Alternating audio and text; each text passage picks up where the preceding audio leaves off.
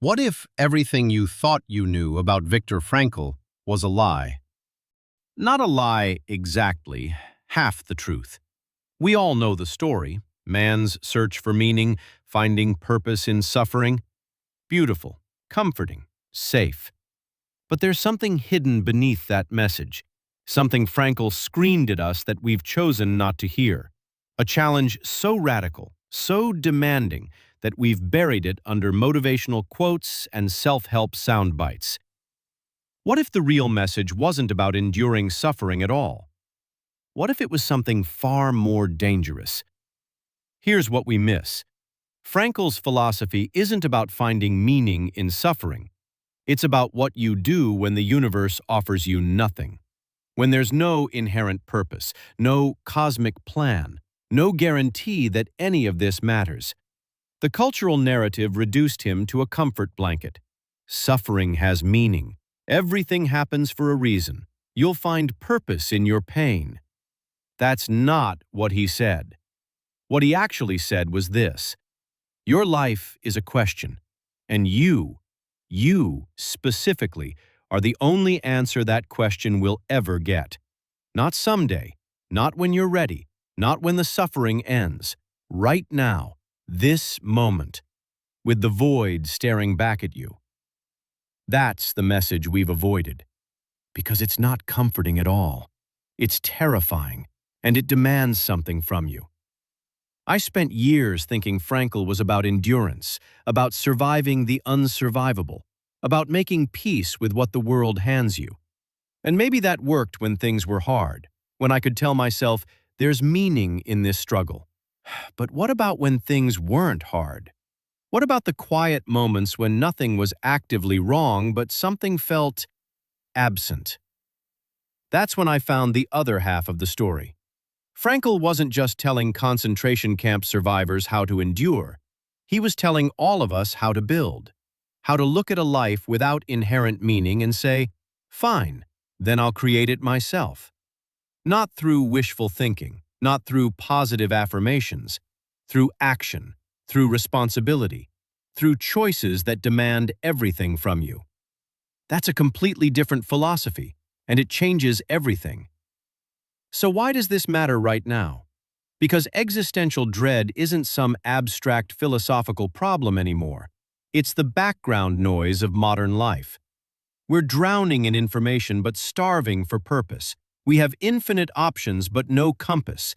We can see everything but feel nothing. And the default response is apathy, scrolling, numbing, drifting. Frankl saw this coming. Not the technology, but the trap. The trap of believing that because nothing has inherent meaning, nothing you do matters. That's the lie. That's the thing that's quietly destroying us. And his philosophy, the real philosophy, is the counteroffensive. But only if you're willing to hear what he's actually saying. Let's dismantle the first myth. Frankl teaches us to find meaning in suffering. No. He teaches us that suffering is unavoidable, but meaning is chosen. There's a massive difference. The soundbite version makes suffering the source of meaning, like pain itself is enlightening, like trauma automatically transforms you. That's dangerous. That's passive acceptance dressed up as wisdom. What Frankl actually said was this: when suffering is inevitable, you still have one freedom left. The freedom to decide what it means. The freedom to choose your response. But here's the question nobody asks. What do you do when you're not suffering?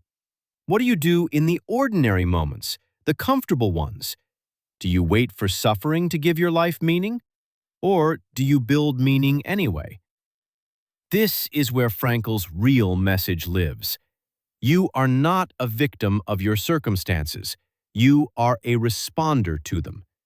Every moment of your life is asking you a question, and that question is always the same. What will you do with this? Not what happened to you, not what do you deserve. What will you do with this?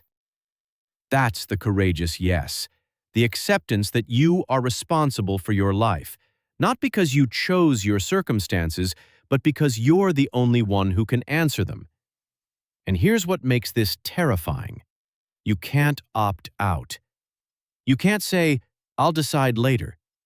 Every moment you postpone that responsibility is itself a choice. Inaction is an answer. Drifting is an answer. Apathy is an answer. Just not a good one. So the void isn't waiting for you to find it. It's already here. And it's asking, what are you going to do about it? And this is where nihilism wants you. It whispers, nothing matters, so why bother? It sounds like freedom. It sounds like relief, like you're finally released from the burden of having to care. But it's a trap, because nihilism doesn't free you from meaning. It just locks you into one specific meaning. I am helpless. That's what passive drift does. It convinces you that you're just responding to forces beyond your control, that you're a leaf in the wind, that agency is an illusion. Frankl called this out directly. He said the greatest danger isn't suffering, it's meaninglessness, the belief that your choices don't echo. And that belief thrives in comfort, in distraction, in the endless scroll. It doesn't need a concentration camp. It just needs you to forget that you're responsible, that every day you're building something, either deliberately or by default. The question is, which one will you choose? So how do you actually live this? Frankl gave us a framework, but it's not a checklist. It's not 5 easy steps to meaning. It's simpler and harder than that. He talked about the tragic triad: guilt, suffering, death. And he said, these aren't excuses, they're catalysts. Guilt reminds you that your choices matter, that you've acted badly before and can act better now. Suffering reminds you that you're capable of more than you think, that you can endure, adapt, create. Death reminds you that time is finite, that your window for action is closing. So the practical step isn't to plan your legacy, it's to identify your responsibilities, right now, today. Where is your life asking something of you? Where have you been avoiding an answer? That's your meaning map. Not something you discover, something you build. One choice at a time, one responsibility at a time, even when it's hard. Especially when it's hard. Here's the thing Frankl never let us forget. You can't escape this. You can't escape the freedom to choose. You can't escape the responsibility to act. Every moment of your future is unfolding right now, shaped by what you do and what you avoid. So his challenge isn't rhetorical, it's immediate. Are you living a life of conscious choice, or are you just reacting to whatever comes next? Are you building something, or are you letting the current carry you? Because the void doesn't care. Nihilism doesn't care. The universe doesn't care. But you do. And that's the only thing that ever mattered. Your life is still asking its question. What's your answer?